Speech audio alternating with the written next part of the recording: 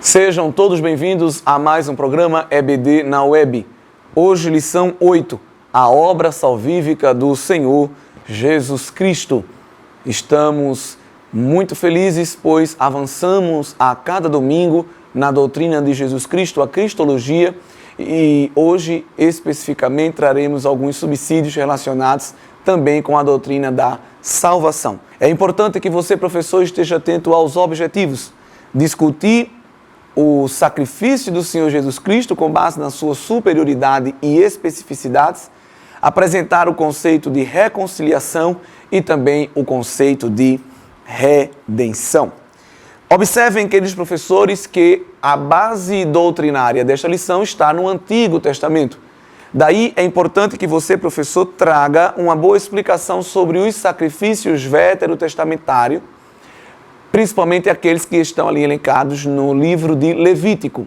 Então, nós presenteamos você, professor, com esta tabela, duas tabelas, você pode usar uma delas, que apresentam os 5 principais sacrifícios, os 5 grandes sacrifícios encontrados no livro de Levítico.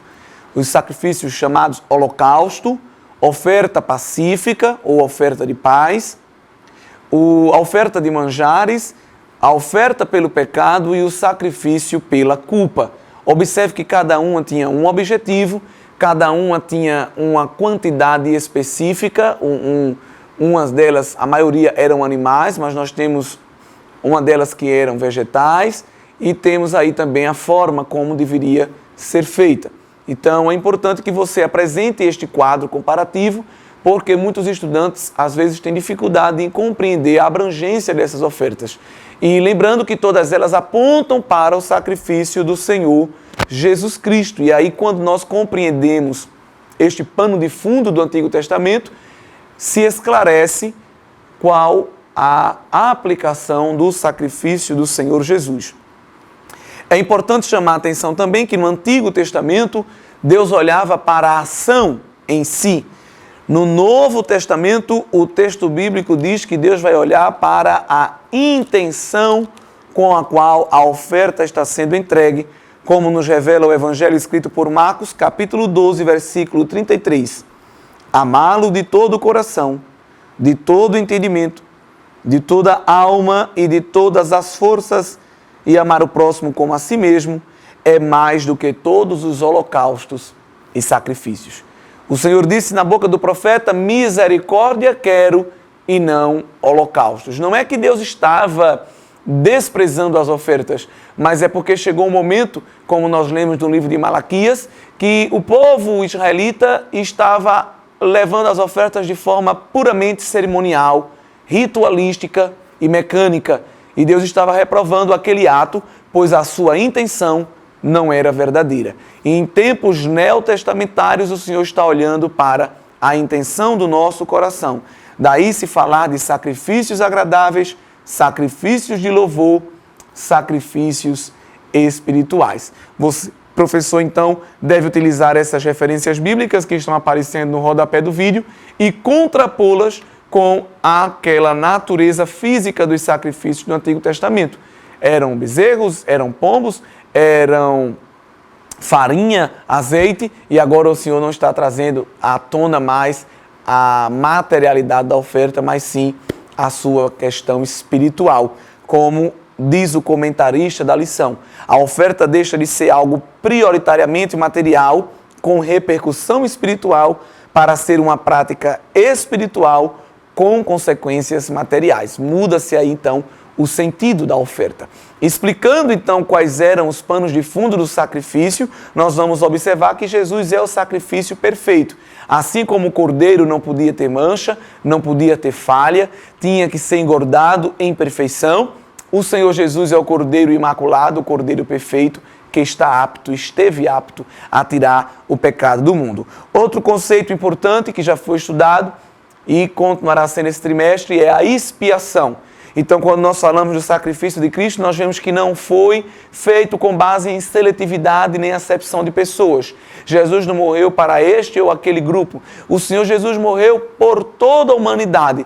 E quem aceitá-lo como Salvador será beneficiado com o sangue derramado neste sacrifício. Então, aí aparece o conceito que nós cremos chamado de expiação ilimitada. O Senhor Jesus morreu por todos. Todos foram alcançados por esta morte vicária a partir do momento que confessam a Jesus Cristo como Senhor e como Salvador. E aí nós podemos observar na carta que Paulo escreveu aos Colossenses, no capítulo 3 e no versículo de número 13. E vós, quando estáveis mortos no pecado e na incircuncisão da vossa carne, vos vivificou juntamente com ele, perdoando todas as ofensas, havendo riscado a cédula que era contra nós nas suas ordenanças, a qual de alguma maneira nos era contrária, e a tirou do meio de nós, cravando-a na cruz. Tudo isso foi possível pelo sacrifício de Cristo. A partir do momento em que o seu sangue é derramado, nossas ofensas são apagadas, perdoadas, e podemos desfrutar agora de uma comunhão perfeita com Deus Pai. Então, é importante que estejamos atentos aos conceitos que foram ministrados nas lições anteriores, principalmente na lição de número 4, quando nós estudamos aqui, todos nós que estamos participando nesse trimestre, a essência da morte vicária do Senhor Jesus, da expiação e o valor do seu sacrifício. Então, esta lição de número 8 está intrinsecamente ligada com a lição de número 4. E é importante você, professor, resgatar alguns conceitos que já podem ter sido esquecidos pelos alunos. Outro tópico importante é o tópico da reconciliação. E aí nós temos como base o texto que está na carta escrita aos Efésios, capítulo 2 e os versículos 14 ao 22. Nós vemos ali que o Senhor reconciliou-nos. E o versículo de número 14 diz: porque Ele é a nossa paz, o qual de ambos os povos fez um, e derribando a parede da separação que estava no meio, na sua carne desfez a inimizade. Isto é, a lei dos mandamentos que consistiam em ordenâncias para criar em si mesmo dos dois um novo homem, fazendo a paz. Aqui nesse texto está a essência da reconciliação. Esta barreira que separava o homem de Deus, ela foi derrubada na carne, no sangue de Cristo, e agora por um novo e vivo caminho consagrado, o véu do templo foi rasgado e nós temos acesso ao Santo dos Santos. O Senhor tinha uma comunhão perfeita com Adão e Eva no Éden, o pecado quebrou esta comunhão e em Cristo ela é refeita, ela é retomada. Glória a Deus por isso. Então, é importante ler textos que explicitam a reconciliação exercida por Cristo na cruz do Calvário. E por último, mais um tópico importante, que é o tópico da redenção. Esse é um termo riquíssimo na Bíblia Sagrada, emprestado de uma figura de linguagem muito comum naquela época da escrita das cartas paulinas, que era a comercialização de escravos no mercado romano. E as pessoas pagavam aquele escravo e ele saía da venda, ele saía do mercado, ele não estava disponível para transações comerciais e agora ele ia pertencer à pessoa que o comprou. Paulo vai utilizar as palavras gregas relacionadas a isso para estampar o pano de fundo de uma das grandezas da obra salvadora de Cristo. Estamos colocando aí também palavras gregas, todas sinônimas, que se referem à mesma coisa, que é a redenção. Apolitrosis, litron, antilitron e agorazo. Essas palavras se referem a conceitos comuns como pagar, adquirir, comprar, resgatar, redimir, libertar e resgatar. Tem uma ideia de libertar um escravo cativo no mercado do pecado. E quando nós vamos lendo o Novo Testamento, nós vamos observar que essas 4 palavras aparecem intercambiavelmente com o mesmo significado. Como nós vamos ver, por exemplo, no capítulo 14 de Apocalipse, já a visão escatológica desta redenção. Porque a redenção do Senhor Jesus tem 2 pontos.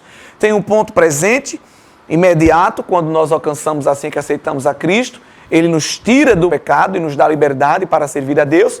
E também tem uma visão futura escatológica quando Cristo voltar, e aí nós vamos viver completamente redimidos do pecado e da morte. Como nós vemos lá em Apocalipse capítulo 14, versículo 3.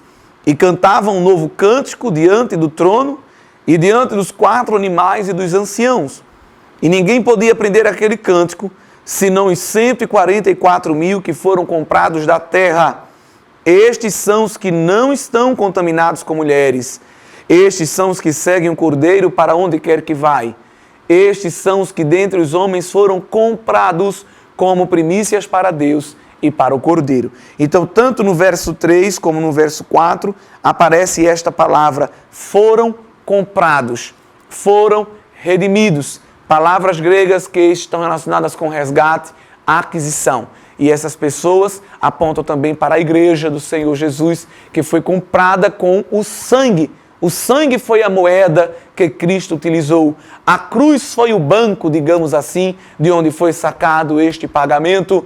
E ali no Gólgota se fez essa transação comercial, espiritual, da parte de Deus. Então, a lição riquíssima, em uma só aula não é possível você desenvolver esses conceitos de forma aprofundada, mas é bom trazer sempre o significado do texto em português, o significado do texto bíblico e apresentar versículos bíblicos que ilustram a aplicação correta dessas terminologias. Aí sim, sua aula com certeza será proveitosa e o estudante com certeza compreenderá o que a Bíblia quer dizer com todos esses textos. Convido você a ouvir a leitura da nossa síntese. Não existe urgência mais descartável em nossas vidas do que a garantia de nossa salvação em Jesus Cristo. O versículo 18 da leitura bíblica nos diz: e tudo isso provém de Deus, que nos reconciliou consigo mesmo por Jesus Cristo e nos deu o ministério da reconciliação. Esta reconciliação permite que tenhamos paz perfeita com o nosso Deus, pois agora nós temos comunhão direta com Ele.